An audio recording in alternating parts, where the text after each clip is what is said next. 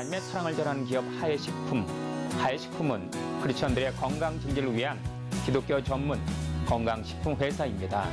성도들의 건강을 위해서 순수 국내산 재료만 사용하였으며 한 달분 2박스에 남는 이윤을 다시 제품으로 한 박스 더 돌려드립니다.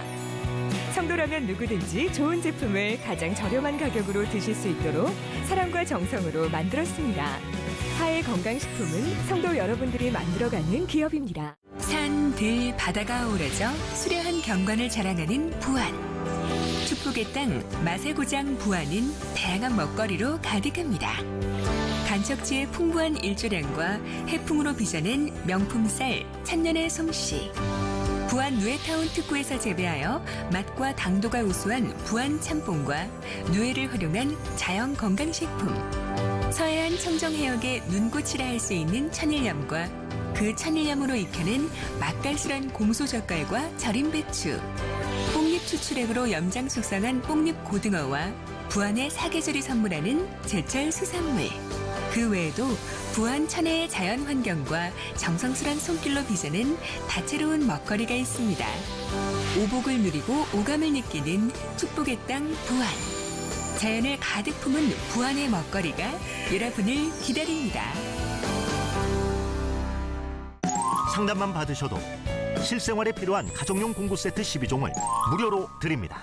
일반 상해로 중환자실에 입원해도 180일 한도, 입원 일당 첫날부터 10만 원 보장. 교통사고로 중환자실에 입원했다면 180일 한도, 입원 일당 매일 13만 원 보장. 교통사고로 일반 병실에 입원해도 180일 한도, 입원 일당 3만 원 보장. 이와는 별도로 운전자가 운전하다 교통사고로 부상을 당하셨다면 자동차 손해배상보장법 시행령 제3조에 의거 상해급수 1급에서 3급까지 500만 원을 지급해드립니다. 20년 납 20년 만기 40세 남녀 상해 1급 자가용 운전자 기준 한 달 만원. 성별, 연령, 상해급수에 따라 보험료는 변동될 수 있습니다. 교통사고로 사망 시 1억 원 일시 지급. 교통상해로 80% 이상 후유장애를 당했다면 1억 원 일시 지급에 월 500만 원. 3년간 확정 지급. 구대 중과실 사고 발생 시 진단일수에 따라 자동차 사고 처리 지원금 1인당 3천만 원 한도 실손 비례 보상. 벌금도 2천만 원 한도 실손 비례 보상. 자동차 사고 변호사 선임 비용 정식 기소 시 500만 원 한도 실손 비례 보상. 상담만 받으셔도 실생활에 필요한 가정용 공구 세트 12종을 무료로 드립니다. 본 상품은 일부 만기 환급형 상품으로 중도의 지시 해지 환급금은 이미 납입한 보험료보다 적거나 없을 수 있으며 예시된 금액은 금리에 따라 변동되므로 미래의 수익을 보장하는 것은 아닙니다. 단 교통사고 처리 지원금, 벌금, 자동차 사고 변호사 선임 비용, 특별 약관은 다수 계약 시 실손 비례 보상되고 운전자 담보는 음주, 무매너, 도주 사고 시 보상에서 제외됩니다. 청약일로부터 30일 한도로 보험증권 수령 후 15일 이내 청약 철회가 가능하며 청약 미녹지 약관 교부 청약서 부본 미전달 및 설명 의무 불이행 시 보험계약 성립일부터 3개월 이내 계약 취소가 가능합니다. 모든 보험 상품의 경품 가격은 최대 3만 원을 초과하지 않습니다. 본 상품 보장 내용 및 지급 제한 사항은 위 내용을 참고해 주시기 바랍니다. 이어서 꿈의 교회 김학중 목사의 다시 복음으로가 방송됩니다.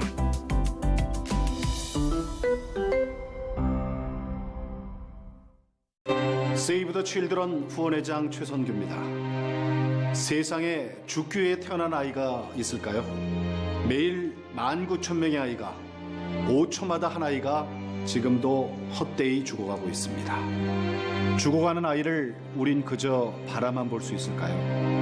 폐렴에 걸린 나태이를 살리고 마실 물이 없어 죽어가는 카마라를 살릴 순 없을까요? 월 2만 원이면 이 아이들에게 항생제와 깨끗한 물을 제공할 수 있습니다.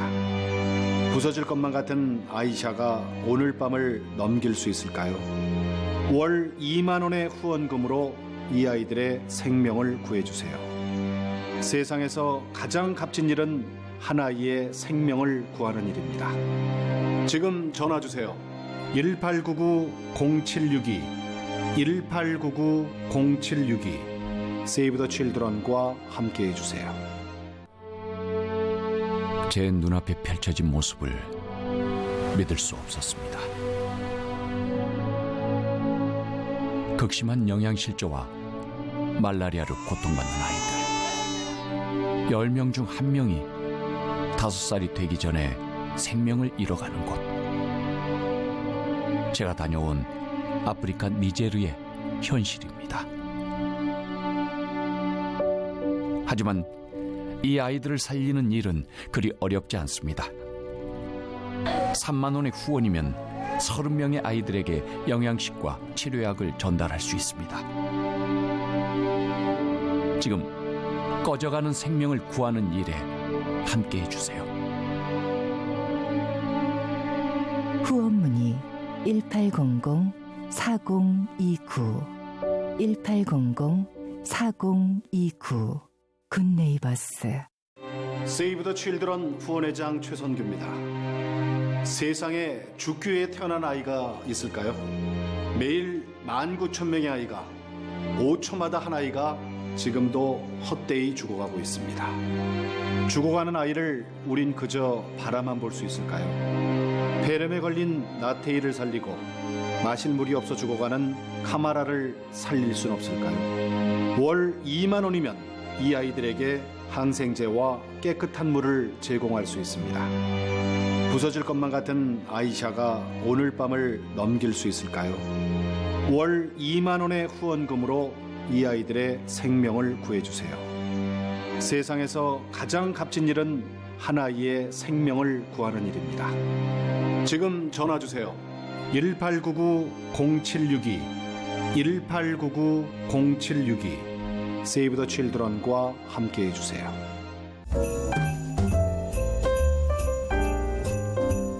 시채널과 함께 행복한 겨울 되세요.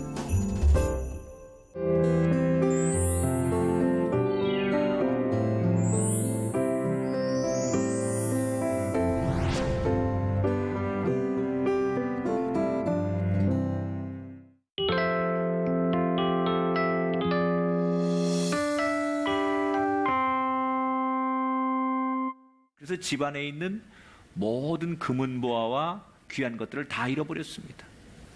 뒤늦은 후회를 해도 소용이 없었겠죠. 그런데 이때부터 이 사람이 자기에게 충고해준 아들과 이웃에 대해서 전혀 다른 말을 하기 시작하는 거예요. 사람들에게 뭐라고 얘기를 하느냐?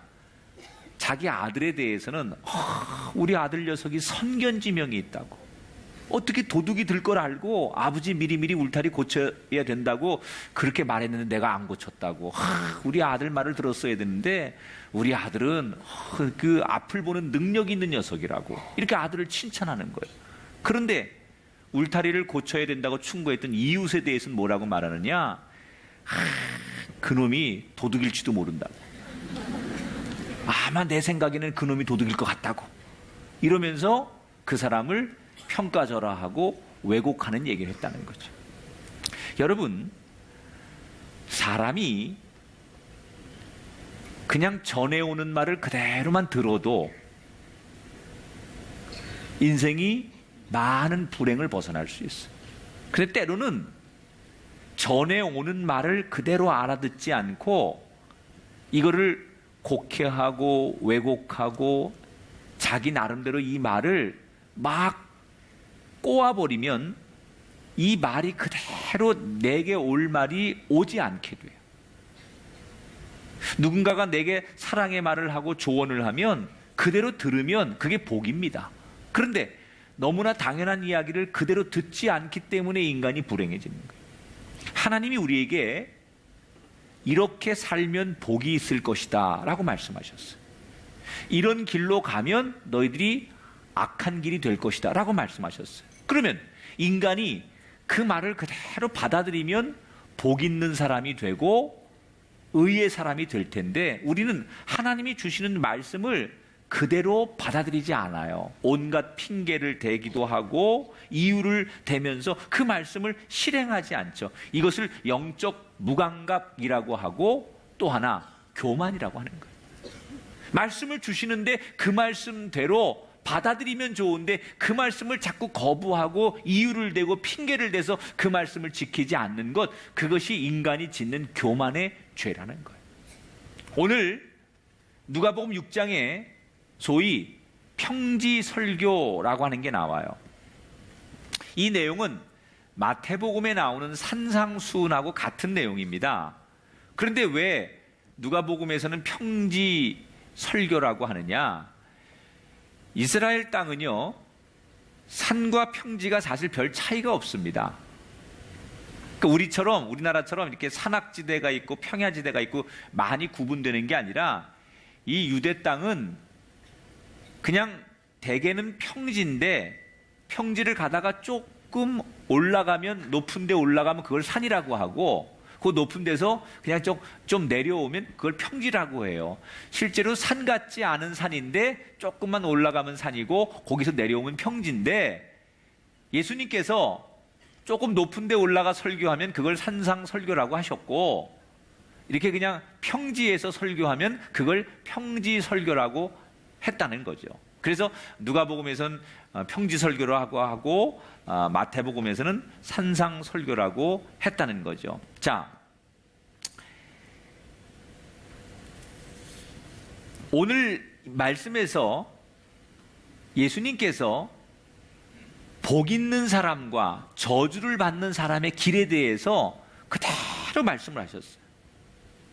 복 있는 사람과 화를 입는 사람은 어떤 사람이냐?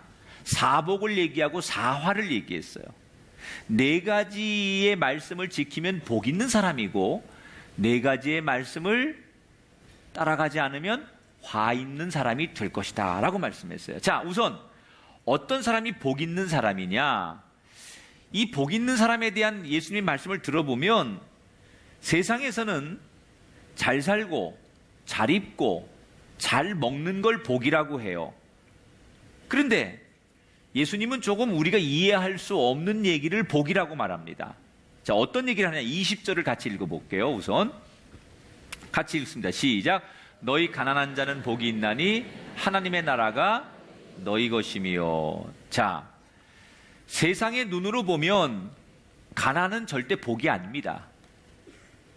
세상에서의 이 눈에서는 가난이라고 하는 것은 화를 입은 사람이고 멸시를 당하는 사람이 가난한 사람이에요. 그런데 오늘 성경의 예수님은 오히려 가난한 사람이 복이 있다라고 말하고 25절에는 거꾸로 이렇게 말합니다. 화 있을진저 너희 지금 배부른 자여 너희는 주리로다 라고 말했어요. 예수님이 우리의 눈높이에 해당하는 말씀이 아닌 조금 이해할 수 없는 얘기를 하셨어요. 배부른 사람이 지금 배부르게 살면 그게 화를 입는 길이고 오히려 지금 가난하게 살면 그게 복 있는 사람이다. 자, 제가 여러분에게 물어볼 테니까 생각 없이 아멘하지 마시고 잘 동의가 되면 아멘하세요. 그냥 무턱대고 그냥 눈 감고 그냥 뭐라고만 하면 아멘하면 그러지 말고 이 말이 정말 내가 동의가 되고 내가 그렇게 믿습니다라고 할 때 아멘을 하셔야 돼요. 예수님이 분명히 가난한 자는 복이 있나니 그러셨어요. 이 말씀을 믿으십니까? 생각하고 아멘하라니까 이렇게. 다시 얘기할게요. 가난한 자는 복이 있나니 이 말씀을 동의하십니까? 저분들은 믿음이 좋든지 생각이 없든지 가난한 자는 복이 있나니. 여러분, 이게 어떻게 가난한 게 복일까요? 도무지 세상 사람들은 이 말을 현실적으로 받아들일 수 없는 얘기예요. 자, 우선 예수님이 그냥 진짜 우리가 아주 가난하고 없이 살고 빈궁하게 살면 그게 복 있는 거다라고 말씀하신 건 아닐 거예요. 가난이라고 하는 것의 특징이 뭘까? 가난한 사람들은 내가 힘이 없기 때문에 누군가의 도움을 기대하게 돼 있어요. 이게 가난한 사람들의 특징이에요. 내가 너무 가난하고 힘들면 누군가의 힘을 얻고 싶은 것이 가난한 사람들의 심리예요. 다시 말하면 누군가를 의지하고 싶죠. 도움을 받고 싶죠. 그런데 거꾸로 부자들은요, 내가 가지고 있는 힘이 많기 때문에 누구의 도움이 필요 없어요. 그래서 누군가의 그 사랑이나 누군가의 관심이나 누군가의 도움에 대해서 나는 필요 없다고 생각을 하지요. 그래서 절대로 다른 사람에게 손을 내밀지 않아요. 다른 사람의 도움을 급하게 받을 생각이 없어요. 자, 여기서 예수님이 말하려고 했던 것은 이 가난이라고 하는 게 마태복음에는 사실은 가난한 자가 복이 있나니 앞에 한 단어가 붙어요. 심령이 가난한 자가 복이 있나니. 근데 누가복음에서는 그냥 가난한 자가 복이 있나니라고 말했지만 예수님이 말하려고 하는 의도는 물질적인 돈이 없는 가난을 말하는 게 아니고 심령이 가난해야 복이 있다 그 말이에요. 영적으로 우리가 가난해질수록 그게 복 있는 삶이다. 여러분, 왜 우리가 영적으로 가난해져야 되느냐? 예수 믿기 전에는 우리가 영의 사람이 아니었죠. 성령과 상관없는 삶을 살았죠. 그런데 예수를 믿고 우리 안에 말씀이 들어오고 우리가 성령의 임재를 경험하게 되면 내 내면에 성령이 비춰주는 그 말씀이 비춰주는 은혜로 나 자신을 적나라하게 볼 수 있어요. 마치 우리가 이 손바닥을 우리 육안의 눈으로 보면은 뭐 깨끗한 것 같고 아무것도 없어 보이는데 이걸 정말 고도의 현미경이나 관찰할 수 있는 기구를 통해 보면 이 안에 손바닥에 세균도 있고 여러 가지 먼지도 있고 다양한 것을 보게 되는 거예요. 성령이 임하기 전에는 그냥 나는 잘 사는 줄 알았어요. 내가 지금까지 별탈 없이 나는 그냥 잘 살아온 사람이고 열심히 살았으니까 문제 없는 사람이다. 이렇게 내가 생각했어요. 그런데 성령이 내 안에 들어와서 나를 비추고 나를 정확하게 보니까 그게 아니더라는 거예요. 내가 잘 산다고 살았지만 그게 잘 산 게 아니고 내가 의롭게 산다고 살았지만 그게 의로운 게 아니고 아하, 내가 그동안 잘못 살았구나. 내가 죄인이었구나. 내가 교만했구나. 라는 것을 성령이 내 안에 들어와서 내 내면을 비추게 되면 보게 돼요. 알게 돼요. 그래서 예수 믿으면 성령이 임재를 경험하면 제일 먼저 나타나는 현상이 뭐예요? 주님, 나는 죄인입니다. 베드로에게 예수님이 나타나셔서 나를 따르라고 말했을 때 그가 나타났던 현상, 저곳에 그물을 던져서 고기를 잡으라고 예수님께서 말씀하셨을 때 고기를 잡고 나서 베드로에 나타났던 첫 번째 현상이 뭐예요? 주님, 나는 죄인이니 나를 떠나소서. 하나님의 은혜가, 하나님의 성령이 내 안에 임하면, 말씀이 임하면 내가 죄인인 것을 적나라하게 보게 되고 드러나게 되고 깨닫게 된다. 이것을 우리는 복음의 위대성이라고 하는 거예요. 복음이 그 사람에게 들어가면, 복음이 그 가정에 들어가면, 복음이 그 민족에게 들어가면 내가 알지 못하던 것 깨닫게 되고 내가 보지 못하던 것을 보게 된다는 거예요. 그러면 이 성령이 우리 안에 임하려면 어떻게 해야 돼요? 내가 가난해야 돼요. 성령의 필요성을 알아야 돼요. 주님, 나는 지금 성령이 필요합니다. 내 심령이 가난하기에 내 가난한 심령에 성령을 부어 주시옵소서, 말씀을 부어 주시옵소서. 이런 가난한 심령이 되어서 주님을 사모할 때만 그 심령 위에 주님께서 성령을 부으신다는 거예요.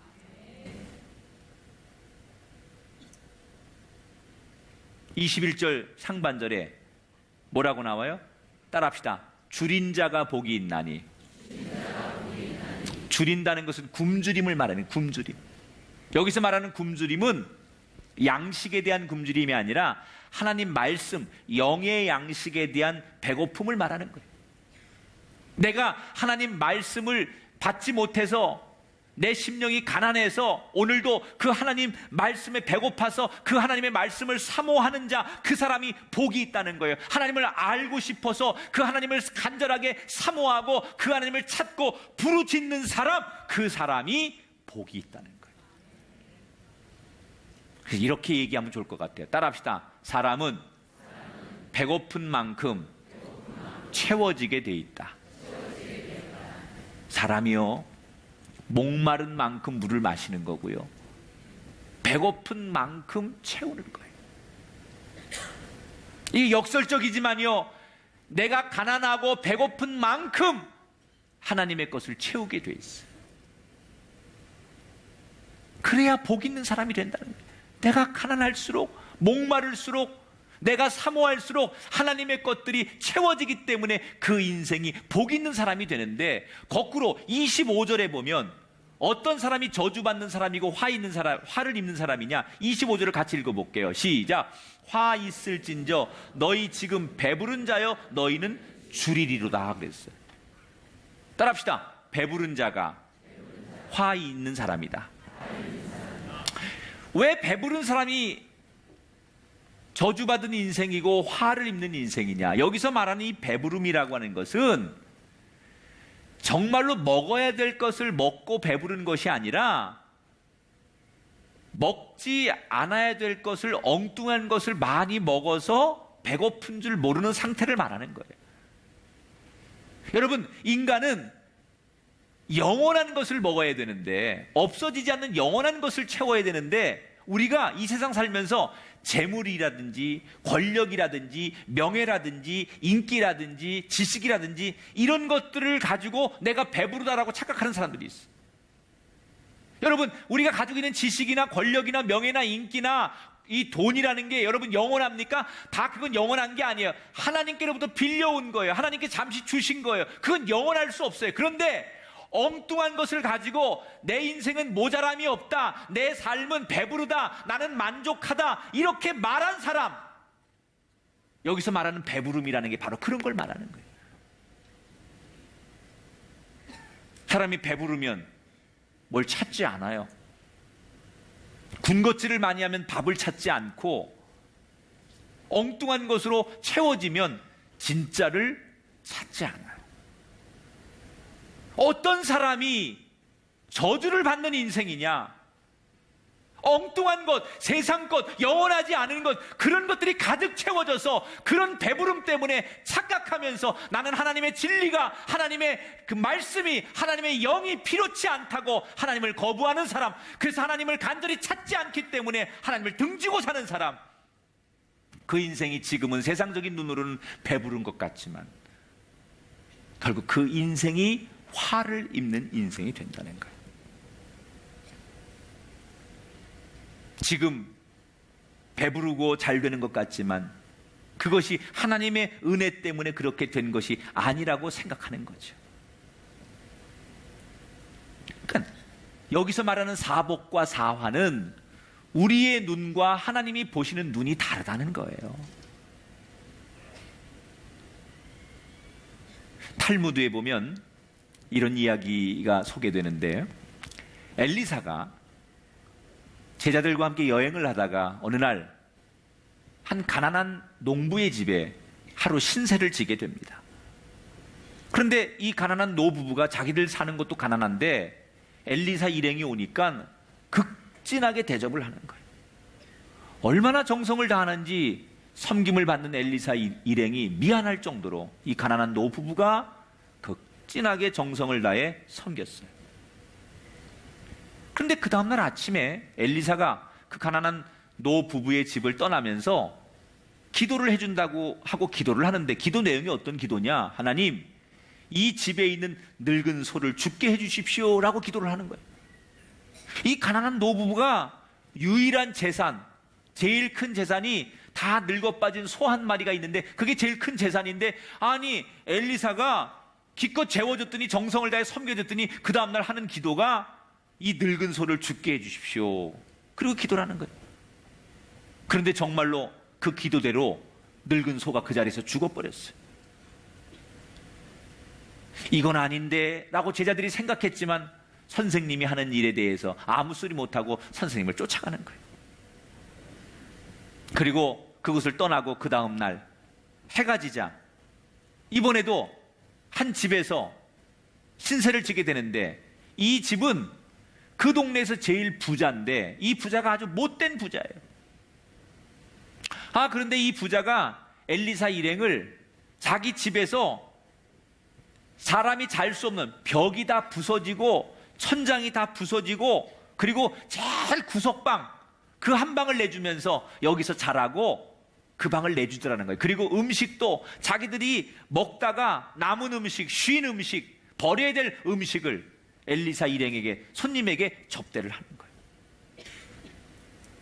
그런데 그날 밤에 잠을 자다 말고 엘리사가 일어나더니 그 허물어진 벽을 한참 바라보다가 갑자기 그 밤중에 바깥에 나가서 벽돌이나 이런 것들을 가져와서 그 허물어진 벽을 깨끗하게 수리해주고 칠까지 해주더라는 거예요. 다음날 아침에 제자들이 화를 냈어요.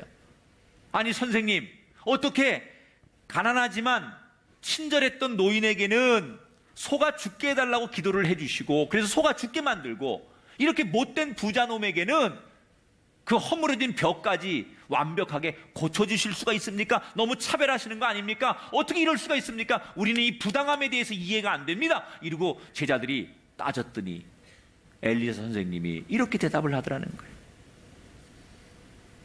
그 가난한 노인의 집에 그날 죽음의 천사가 방문을 했는데 그 늙은 노인이 제일 사랑하는 아내를 죽음의 천사가 데려가려고 하더라는 거예요.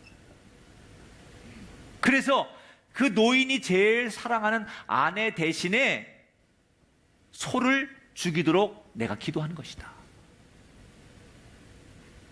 그리고 그 부잣집의 벽을 그 밤에 고쳐준 것은 내가 자다 말고 그 벽을 이렇게 봤더니 세상에 그 안에 아주 값비싼 보물들이 숨겨져 있는데 주인이 그걸 몰라서 내가 발견하지 못하도록 더 감춰두려고 벽을 수리해 준 거다. 그러더라는 거예요. 여러분, 이 탈무드가 우리에게 주는 교훈이 뭐예요? 사람의 눈에는 당장 이해가 되지 않는 일이 많아요. 왜 믿음 좋은 사람에게 고난이 닥치고 왜 악한 세상은 여전히 잘 살고 있는지 이해가 되지 않고 화가 날 때가 많이 있습니다. 그러나 우리의 눈으로 보지 말고 하나님의 눈으로 보라는 거예요. 사랑하는 여러분, 지금은 그 사람이 가난해 보이지만 더욱 더 큰 은혜가 그들 앞에 있게 될 줄 믿습니다. 지금 부유하지만, 지금 넉넉하지만 이 부유함 때문에 나는 하나님이 필요 없어, 교회 다니는 게 의미가 없어, 나는 이것 때문에 누구 앞에 무릎 꿇을 필요가 없어, 이렇게 교만하게 살아가면 지금 부유함이, 지금 넉넉함이 그 사람의 인생과 미래와 자손들에게 복이 될 수 없고 화가 된다는 거예요. 사랑이라는 단어가 참 좋은 단어지만 그 당시 유대인들에게는 이 보복법에 완전히 적응되어 있고 이 보복법을 붙들고 있는 이 유대인들에게는 이 사랑이라는 단어가 와닿거나 익숙한 단어가 아니라는 거예요. 너무 낯선 단어예요. 자신들의 상식과 다른 말씀을 하시는 예수님을 받아들일 수가 없었던 거예요. 그래서 사랑하라고? 그게 하나님의 뜻이라고? 이러면서 고개를 갸우뚱할 수밖에 없었다는 거죠. 그런데 예수님이 한 걸음 더 나가 뭐라고 말하느냐? 사랑하되 이웃을 사랑하는 것을 넘어서서 내 원수까지도 사랑하라 그랬어요. 내 원수까지도. 자, 여러분, 저는 여기서 어떻게 원수를 사랑합니까? 여러분들이 그렇게 말하는 그 의문에 대해서 이것부터 풀어갔으면 좋겠어요. 여러분이 여러분 주변에 좋은 이웃이 있고 내가 사랑하는 사람이 있고 또 한편으로는 거북스러운 불편한 원수가 있어요. 다 있어요. 그런데 여러분, 좋은 이웃이든 나쁜 이웃이든 그건 누가 정하는 거예요? 내가 정하는 거예요. 어떤 기준으로? 내 감정과 내 처지와 내 상황의 주관적인 기준으로 정하는 거예요. 이 사람이 나한테 잘해주고 나한테 피해를 주지 않고 내 말을 잘 따라주면 좋은 사람이에요. 그런데 나한테 조금 어려움을 주거나 나를 힘들게 하거나 나한테 손해를 끼쳤다고 생각하면 이 사람은 원수가 되는 거예요. 성경이 말하는 원수의 개념이, 좋은 이웃의 개념이 누가 정하는 거예요? 하나님이 정하신 게 아니에요. 원래부터 있는 게 아니에요. 다 사람마다 자기 기준에 의해서 자기가 원수도 정하는 거고 좋은 이웃도 정하는 거예요. 그래서 이 사람은 나한테는 원수인데 저 사람한테 좋은 이웃이고, 저 사람이 나한테는 좋은 이웃인데 누구한테는 원수가 돼요. 여러분, 이거 뭔가 불공평하지 않습니까? 원수라고 하면 정말 모든 사람이 원수라고 말해야 그게 원수가 되는 건데, 내가 내 기준에 의해서 정하다 보니까 원수라고 하는 게 다 달라요. 그때마다 다 다르고 다 기준이 애매해요. 그런데 만약에 우리가 정하는 이 기준을 하나님이 보시면 어떨까요? 다 고만고만한 거예요. 내 기준으로는 이 사람이 좋은 이웃이고 나쁜 이웃이고 그렇게 구분이 되지만, 하나님 보실 때는 우리가 다 고만고만해. 다 우리가 부족한 사람이에요. 다 우리가 죄성이 있어요. 그렇다고 하나님 보실 때 우리가 용서받지 못할, 완전히 멸망해야 될 그 사람도 아니야. 그냥 하나님 보실 때 우리가 다 고만고만한데, 우리들끼리 앉아가지고 누가 더 옳은 사람이니 누가 더 악한 사람이니 이렇게 구분하는 게 하나님 보실 때는 의미가 없다는 거예요. 여러분 보세요. 우리가 인생을 살면서 내가 살아온 인생을 평가하는 기준이 3가지가 있습니다. 여러분이 여러분의 인생의 평가의 기준을 어디에 두는지 한번 생각해 보세요. 첫째, 내가 나를 평가하는 기준이 있어요. 이걸 주관적 평가라고 해요. 나는 이만하면 내가 생각할 때 난 잘 살아왔지. 이만하면 나는 성실하게 살았어. 오늘 나는 후회 없어. 이렇게 자기 스스로 자기에게 점수를 주고 자기가 자부하는 거예요. 여러분, 과연 주관적인 그 평가가 맞는 걸까요? 내가 나한테 그 정도면 됐지, 괜찮아, 넌 잘했어 라고 이렇게 긍정적인 메시지를 보내는 것만 가지고 그게 옳은 평가가 될까요? 두 번째, 타인이 나를 평가하는 기준이 있어요. 다른 사람이 나를 평가해요. 저 사람은 나한테 피해를 주지 않았고 저 사람은 이렇게 살았으니까 의로운 사람이야, 당신은 잘 살았어, 이렇게 남들이 평가해주는 기준. 근데 그것도 역시 그 사람의 기준에 의해서 나를 평가하는 거니까 그때마다 다를 수밖에 없어요. 세 번째, 하나님의 평가가 있어요. 그러면 하나님은 사람을 평가할 때 어떤 기준으로 평가를 하실까? 기준이 있을 거 아니에요. 그냥 생긴 대로 평가하고 기분 그냥 내키는 대로 평가하시는 게 아니라, 하나님도 어떤 인생을 평가할 때 평가하는 기준이 있을 거 아니에요. 그 기준이 뭘까? 하나님의 기준은요, 그 사람이 평생을 살면서 다른 사람을 얼마나 사랑했느냐를 보고 평가하는 거예요. 자, 그러면 하나님이 남을 얼마나 사랑하느냐를 보고 그 사람의 인생을 평가한다고 했는데, 어떤 사랑을 하는 사람에게 높은 점수를 주고 어떤 사랑에게 낮은 점수를 주느냐, 이런 거죠. 예를 들어서 자기를 사랑하는 사람을 사랑하는 사람에겐 점수가 없습니다. 하나님이 나를 사랑해주는 사람들만 사랑하는 사람은 하나님으로부터 그 인생에 대해서 후한 점수를 못 받아요. 왜? 나를 사랑해주는 사람을 사랑하는 건 이 세상 누구나 다 할 수 있는 거예요. 그건 누구나 다 해요. 나를 사랑해주는데 내가 사랑을 받았으니 나도 사랑해주는 건 누구나 다 하는 거니까 그건 높은 점수를 못 받아요. 그런데 나를 사랑해주지 않는데, 아니 내가 도저히 사랑할 수 없는 사람인데, 우리가 말하는 원수 같은 사람인데 내가 그 사람을 사랑하려고 하고 그 사람을 사랑하고 그 사람을 용서할 때 하나님은 그 인생에게 높은 점수를 주신다는 거예요.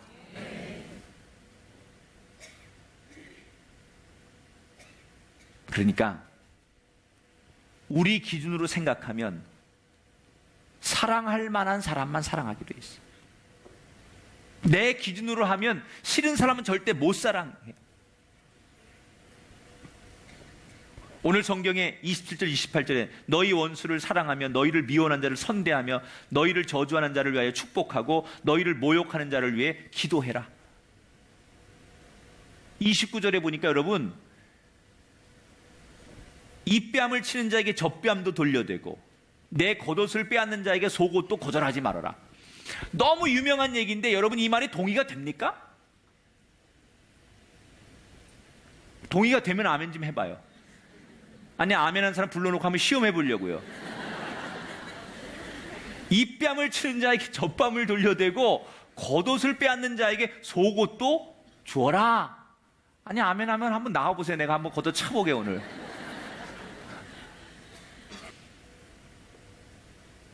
여러분, 현대인들은 사랑이라는 말이 너무 흔해요. 노래 가사에 사랑이라는 단어가 너무 많이 나오고 드라마, 영화에 사랑이라는 주제가 너무 많이 넘쳐 나오다 보니까 사람들은 사랑이라는 것을 쉽게 생각합니다. 그러나 사랑은 참 어려운 거예요. 여러분, 예수님이 가르친 사랑을 우리가 어떻게 해요? 나를 모욕하는 사람, 나를 음해하는 사람, 이 사람 여러분 사랑할 수 있습니까? 나를 괴롭히는 사람 여러분 무한히 사랑할 수 있습니까? 아마 제일 먼저 고소할 거예요. 사랑보다 고소가 빠르고요, 원수 사랑하는 것보다 복수가 훨씬 더 빠릅니다. 그래서 사람들은 법대로 하려고 하지 관용하고 사랑하려고 하지 않아요. 근데 예수님은 왜 현실감 없는 얘기를 하시는 걸까? 이게 가능한 얘기일까? 그 근거를 오늘 36절에 예수님께서 말씀하세요. 가능하다는 거예요. 이렇게 하면 가능하다는 거예요. 36절을 같이 읽어볼게요. 시작. 너희 아버지의 자비로우신 같이 너희도 자비로운 자가 되라. 자, 이런 얘기입니다. 우리가 인생의 고통을 느껴본 사람만이 고통에 대해서 이야기할 수 있는 거예요. 예를 들면 자식을 먼저 하나님 나라에 보내고 가슴에 묻은 부모가 있다면 그 고통과 그 아픔을 경험해 봤기 때문에 그런 상황을 만난 사람들을 위로할 수 있는 자격이 있는 거예요. 아주 심한 질병으로 죽음의 사선을 넘나들면서 살아나 본 사람이 있는 경험이 있는 사람이 그런 죽음의 고통과 질병에서 허덕이는 사람에게 위로할 수 있는 자격이 있는 거예요. 왜? 그 경험이 있기 때문에. 여기 36절에서 말하는 너희 아버지의 자비로우신 같이 너희도 자비로운 자가 되라 라고 하는 이 말은요, 하나님의 은혜를 경험해 본 사람만이 하나님의 은혜를 베풀 수 있고 하나님의 사랑을 경험해 본 사람만이 하나님의 사랑을 전할 수 있다는 거예요. 우리가 입밤을 대면 입밤을 돌려대고 겉옷을 달라면 속옷까지 내어줄 수 있는 그것은, 그렇게 원수를 사랑할 수 있는 것은 우리가 착하고 윤리적이기 때문이 아니라는 거예요. 우리 안에 하나님이 계신 사람은, 우리 안에 성령이 계신 사람은 하나님으로부터 용서를 받아본 경험이 있고 하나님으로부터 사랑을 받아본 사람이, 그런 경험이 있는 사람은 그것 때문에 용서할 수 없는 사람을 용서하게 되고 사랑할 수 있다는 거예요. 그 경험을 한 사람만이 그런 일을 행할 수 있다는 거예요. 그래서 오늘 성경의 사복에 대해서 말씀하시는 거예요. 너희가 가난한 사람이 되어라, 줄인 자가 되어라. 그래서 하나님의 사랑으로 충만하게 채워지고 하나님의 말씀으로 충만하게 채워지는 경험이 있고 그 은혜의 체험이 있을 때만 나도 누군가를 사랑하고 섬길 수 있고 용서할 수 있다는 거예요. 내가 체험하지 못하면 이 하나님이 말하는 사복을 이룰 수 있는 사람이 되지 못한다는 거예요. 그러므로 여러분에게 진짜 축복된 인생이 되기 위해서 이렇게 말합니다. 이번 한 주간 가난한 자가 되십시오. 줄인 자가 되십시오. 하나님 앞에 우는 자가 되십시오. 그래서 여러분들이 그 하나님이 채워주시는 은혜 속에, 그 하나님이 채워주시는 말씀 속에, 그 하나님이 주시는 사랑과 용서 속에 그 경험을 통하여 내가 받은 그 사랑의 경험, 내가 얻었던 그 사랑의 은혜를 통해서 누군가를 용서하고 사랑할 수 있는 그 힘이 여러분 심령이 가난한 데서 채워지는 그 은혜 가운데 나오게 되기를 주의 이름으로 축원합니다. 하나님의 사랑을 가슴에 담는 사람, 그 사람이 원수를 사랑하고 용서할 수 있다는 거예요. 여러분의 심령이 더욱더 가난해지셔서 이번 한 주간 저녁 기도회마다, 정말 이것은 교회에서 모이는 모임이기 때문이 아니라 내가 세상 모임을 다 뒤로하고 세상 만남을 다 뒤로하고 그 저녁에 하나님 앞에 목마르기 때문에 하나님의 의를 구하고 하나님의 사랑을 구하고 말씀이 내가 그리워서 나와서 엎드려 기도할 수밖에 없는 가난한 한 주간이 되시기를 주의 이름으로 축원합니다. 그렇게 은혜에 대해서 목말라 하는 그 심령에 하나님은 분명히 축복으로 응답해 주실 줄 믿습니다.